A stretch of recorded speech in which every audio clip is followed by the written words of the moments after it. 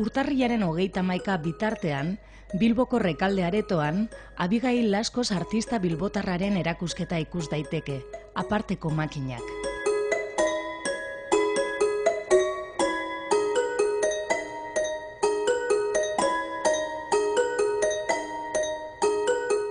Erakusketako osagai guztiek narraziozko ibilbide bat egiteko aukera ematen digute, gerrari eta zuntzipenari buruzko ibilbide bat.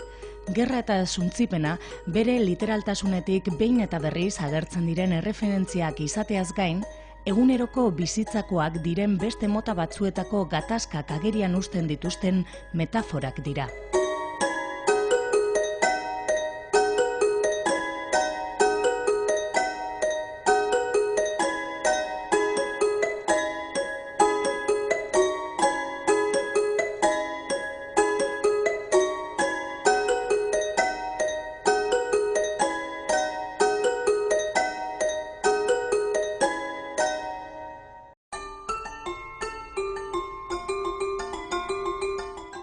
Horretarako, hainbat materialez baliatzen da. Zuri-beltzean egindako marrazkiak, paretetako irudi bakartuak, 3 dimentsiotan egindako irudiak eta animaziozko bideo bat. Beraz, irudi horien bidez, ikusleak errealitatearen inguruan hausnartzera bultzatzen du artistak.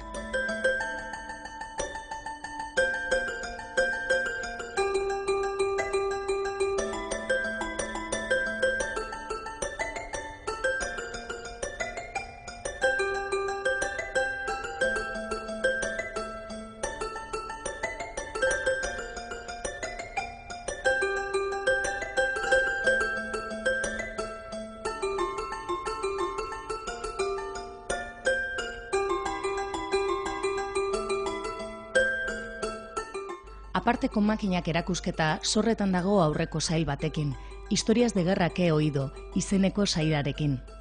Sail horrek paper gainean egindako 6 marrazki ditu. Marrazki horietako batzuk harresi gainean egin zituen gero, askoz ere tamaina handiagoan egin ere. Sailak aztertzen zuen gaia hauxe zen. Oroimen kolektiboa eraikitzea, bizi izandako esperientzien bidez.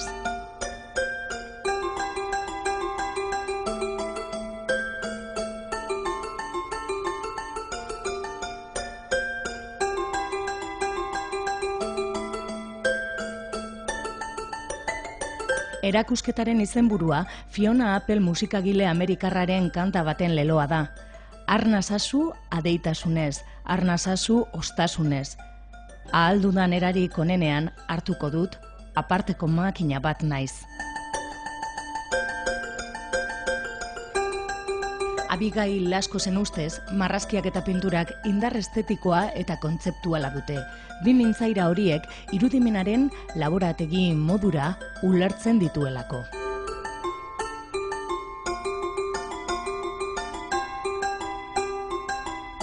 Laskos Bilbon jaio zen, baina egun New Yorken bizi da, hainbat lan egin ditu gaur egun arte. Metaforaz beteriko irudiak dira, aparteko makinak izenpean deituriko erakusketan ikus daitezkeenak.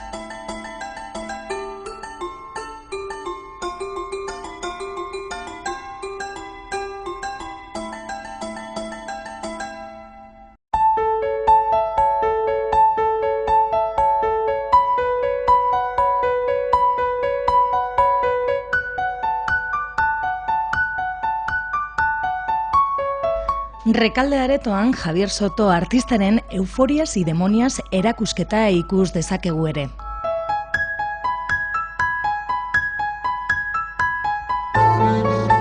Javier Sotok marrazkia, kolasa, mihize gaineko pintura edota horma irudia bezalako formatuen bitartez lengoaia piktorikoaren hausnarketa lantzen du.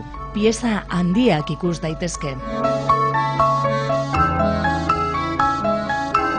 Artistarentzat transizio garaiak izan diren saio bitan zehar ekoiztutako lan multzoa da.